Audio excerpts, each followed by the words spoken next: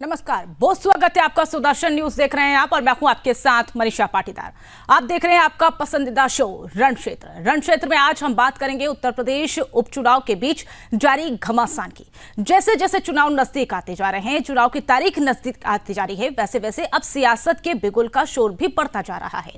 UP में 9 विधानसभा, ये भी आपको बताते चले कि 9 विधानसभा सीटों के उपचुनाव से पहले समाजवादी पार्टी और बीजेपी के पोस्टर वॉर जारी है और अब नई तारीख, नया पोस्टर देखने को मिल रहा है, जिसकी वजह से यूपी में 9 विधानसभा सीटों पर होने वाले उपचुनाव की लड़ाई दिलचस्प होती जा रही है। अब समाजवादी पार्टी ने भी नया नारा दे दिया है। समाजवादी पार्टी के नेताओं के द्वारा अब होर्डिंग में लिखा गया है कि 2027 के सत्ताधीश न बटेंगे न कटेंगे, पीडीए के साथ रहेंगे। आज इसी मुद्दे पर चर्चा करेंगे। उससे पहले खास पैनल हमारे साथ जुड़ गया है, उनका परिचय आपसे करवा देती हूँ। तपन भारती वरिष्ठ पत्रकार हमारे साथ जुड़ गए हैं। सुरेंद्र स्वामी राजनीतिक विश्लेषक हमारे साथ जुड़ चुके हैं। अमित तिवारी प्रवक्ता कांग्रेस हमारे साथ जुड़ चुके हैं और वही राकेश प्रजापति नेता समाजवादी पार्टी से हमारे साथ जुड़ चुके हैं। अविरल मलिक प्रवक्ता बीजेपी हमारे साथ जुड़ चुके हैं। आप सभी का सबसे पहले सुदर्शन न्यूज पर बहुत बहुत स्वागत है। डिबेट की शुरुआत अविरल मलिक आपसे ही करना चाहूंगी। देखिए, अब पिच आपने तैयार की और पोस्टर वॉर जो है उपचुनाव में काफी तेज हो गया है। पिच आपकी तैयार हो गई है, लेकिन क्या अब ये लगता है कि अब इस पिच पर हर कोई खेलता हुआ नजर आ रहा है?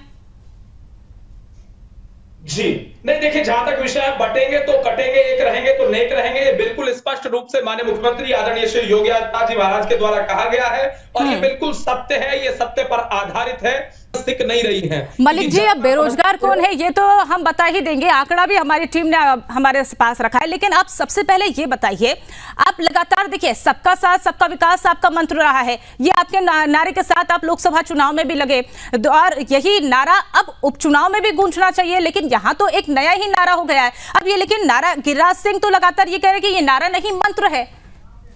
जी नहीं, निश्चित रूप से मंत्र है और जिस प्रकार से हिंदुओं को प्रताड़ित करने का कार्य समाजवादी पार्टी के दौरान किया गया, इनकी सरकार के दौरान किया गया, कर रहे हैं। बिल्कुल मलिक जी, तो देखिए जातिवाद के विरुद्ध आपका एजेंडा यहाँ पर क्लियर हो चुका है, ठीक है, और ये अब मंत्र का स्पष्ट मतलब क्या होता है ये आपसे समझूंगी।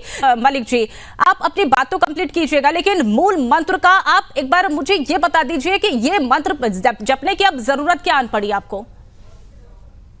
नहीं, देखिए, जहां तक बात है बटेंगे तो कटेंगे, एक रहेंगे तो नेक रहेंगे, इस मंत्र की जहां तक बात है, हम शुरू से ही इस पक्ष में हैं कि सभी लोगों को एकजुट होकर रहना चाहिए, एकजुटता के साथ रहना चाहिए। और फिर चलिए इसका जवाब भी ले लेते हैं मलिक जी। राकेश प्रजापति हमारे साथ लगातार जुड़े हुए हैं। राकेश जी, आप मलिक जी का तो जवाब दीजिएगा, लेकिन मेरे सवाल का जवाब भी ये दे दीजिए। पिच तो बीजेपी ने तैयार कर ली थी, लेकिन आप उस पिच में क्यों बैटिंग करने लगे? लगातार आपके भी अब यहाँ पर सुर बदलते हुए नजर आ रहे हैं और अब आपके भी ये बैनर पोस्टर लग रहा है, जैसे आपने भी ये लिखा है, मठाधीश बटेंगे तो कटेंगे, पीडीए जोड़ेगी तो जीतेगी। ये राष्ट्रीय नारा नया नहीं दिया है, ये रोजगार से कब बात की है? पेट रोटी पेट जो एक सेकंड प्रजापति जी, आप सवाल तो पूछ लीजिएगा, लेकिन आपके कार्यकाल में भी क्या ये सब बातें हुई थी?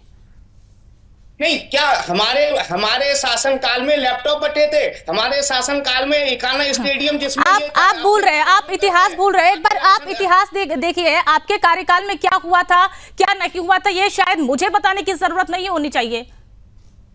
नहीं तो अभी मुजफ्फरनगर की बात कर रहे थे, बहराइच में अब विधायक के खिलाफ क्या कर रहे हैं? इनका उसके लिए मैं हूं ना, काउंटर क्वेश्चन मैं करूंगी, पहले आप मेरे सवालों का जवाब दीजिए। आप दूसरों पे सवाल खड़े कर रहे हैं, आप अपना जवाब दीजिए ना पहले। क्या किया? बहुत सारे प्रश्न है, ये इन्होंने क्या किया है? जिन्होंने मंडल बिल्कुल प्रजापति जी, जनता क्या जान चुकी है वो तो परिणाम बता देगा, उसकी जरूरत आपको नहीं पड़नी चाहिए, लेकिन आप अपने जो मैंने सवाल किया उसके आंसर से आप भी भटक रहे हैं, मतलब आपके पास भी कोई आंसर नहीं है। चलिए आपका रुख करेंगे। सुरेंद्र स्वामी जी हमारे साथ लगातार बने हुए का रुख करते हुए, देखिए अब लगातार ये पोस्टर वॉर उपचुनाव के जंग में लगातार तेज हो रहा है, इसका प्रभाव कितना पड़ सकता है ये आपको क्या लगता है? क्या आग में घी डालने वाला काम अब समाजवादी पार्टी या फिर बसपा करती हुई नजर आ रही है?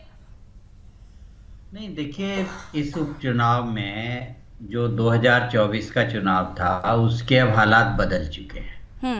कांग्रेस इस चुनाव में सीन से बाहर है, वो चुनाव ही नहीं लड़ रही है, गए हैं। बिल्कुल सुरेंद्र स्वामी जी, देखिए अब लगातार ये भारतीय जनता पार्टी का नारा तो सेट होता जा रहा है और वो नारा जमीनी हकीकत पर क्या बयां होता है वो तो देखने वाली बात होगी। अमित तिवारी जी, आपका रुख करते हुए आपका सवाल, आप मेरे सवाल का ये आंसर दे दीजिए।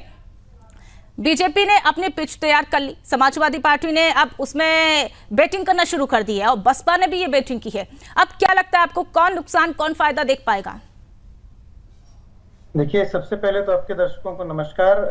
हम इस बात को बताना चाहते हैं कि भारतीय जनता पार्टी ने जो पिच तैयार की वो असल पिच आज इनके उत्तर प्रदेश में जहां पर विधानसभा के उपचुनाव होने हैं वही जानता है, दूसरा कोई नहीं जानता है। बात के नाम पर जो एक ढुंढोरा दे दिया है, झुंझुना दे दिया है। बात सुनिए तिवारी जी, अगर आपको इतनी कमी लग रही है और इतना ही सब कुछ आपको लग रहा है बीजेपी ने सब कुछ किया है, तो आप चुनावी मैदान में कहां थे? क्यों आप सामने नहीं आ पाए? मनीषा जी, हमको कमी लगे ना लगे, मैं तो राजनीतिक दल हो सकता हूँ ना। मैं आपको जिम्मेदारी के साथ कहता हूँ कि आप एक बार पड़ताल कराइए जो कल नहीं, जिम्मेदारी तो हमारी है। सुनिए, एक सेकंड पहले मेरी बात सुनिए। हमारी जिम्मेदारी क्या है वो हमें पता है, ठीक है? आप वो मत बताइए, पहले ये बताइए चुनावी पिच में आप क्यों नहीं उतरे?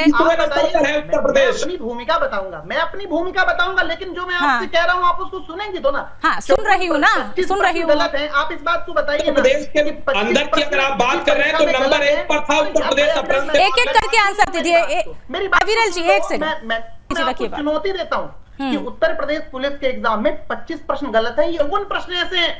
ये चुनौती तो आपने दे दी है, ठीक है। हमारे साथ मलिक जी जो चुनौती का आंसर भी वो दे देंगे, लेकिन इसी बीच ठीक है, आपका समय पूरा हुआ, आपके समय पे हमने पूरा, तिवारी जी आपका आंसर मिल गया है। तपन भारती हमारे साथ लगातार बने हुए हैं। तपन जी, एक चीज ये बता दीजिए, पोस्टर वॉर तो छिड़ गया है और वार पलटवार आप ये डिबेट के जरिए समझ सकते हैं किस तरह से चल रहा है। अब ये जो पोस्टर वॉर का मतलब क्या समझ सकते हैं? क्या ये डर के नाम पर वोट कारोबारी देखने को मिल सकती है? देखिए, बीजेपी जो है वो अपना नारा सेट करने में और चुनाव के जो गणित है सेट करने में काफी विश्लेषण और तमाम लोगों की राय लेने के बाद बनाती है। तो कितना फायदा इस चुनाव में होगा ये तो अब आने वाला वक्त बताएगा। अविरल मलिक जी, आपका रुख करते हुए, देखिए आपने तिवारी जी को सुना था, ठीक है, उन्होंने आपको चुनौती दी, ये आप एक्सेप्ट करते हैं नहीं, ये आपके ऊपर डिपेंड है, ठीक है।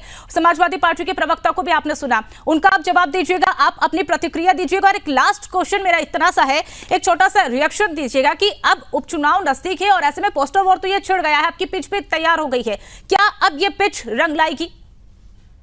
जी नहीं, देखिए जहां तक विषय है राकेश जी आपके पास आ रही हूं। तो जनता भारतीय जनता पार्टी के साथ है, जनता भारतीय जनता पार्टी को पसंद करती है, होता है और आगे तक चला जाता है। गठबंधन की बात तिवारी जी आप तो ना ही करें तो ज्यादा अच्छा है। गठबंधन आपका क्या था ये तो दिख गया है, ठीक है। राकेश जी, एक सेकंड में अपनी बात कंप्लीट कीजिए। मानसिकता वाले लोग हैं जो मूंछों रखने पर भी प्रतिबंध लगाते हैं, जो पानी इतनी बड़ी बड़ी बातें राकेश जी आप करते हैं और कैसी बातें करते हैं, ये तो जनता बता देगी ना, ये आपको करने की बात तो होती नहीं है ना।